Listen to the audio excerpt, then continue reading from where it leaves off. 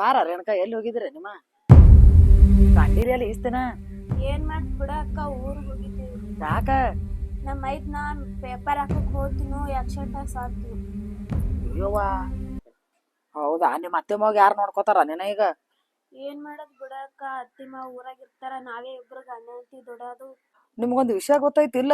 ಏನಕ್ಕ ಅದು? Santosh S Lad sir ಅವರು ಒಂದು ಯೋಜನೆ ತಗೊಂಡ್ ಬಂದಾರ. ಹ್ಮ್ ಅದು ಏನಪ್ಪಾ ಯೋಜನೆ ಅಂತಂದ್ರ, ಈಗ ಇಂಥ ಪೇಪರ್ ಹಾಕೋರ್ಗೆ ಎಲ್ಲೇ ಒಂದು ಅಪಘಾತ ಆದ್ರ 2-2 ಲಕ್ಷ ರೂಪಾಯಿ ಅವ್ರು ಸಹಕಾರ ಮಾಡ್ಯಾರ ಎಲ್ಲರಿಗೆ. ಅದು ನಮ್ಮ ಕರ್ನಾಟಕ ಅಷ್ಟೇ ಅನ್ವಯಿಸ್ತೈತಿ. ನನ್ನ ಅಣ್ಣ ತಮ್ಮದೇರ, ಅಕ್ಕ ತಂಗಿದಾರ, ಇದ್ರ ಬಗ್ಗೆ ಹೆಚ್ಚಿನ ಮಾಹಿತಿ ಬೇಕಂತಂದ್ರ ನಮ್ಮ ಯೂಟ್ಯೂಬ್ ಚಾನಲ್ದಾಗ ನೋಡ್ರಿ.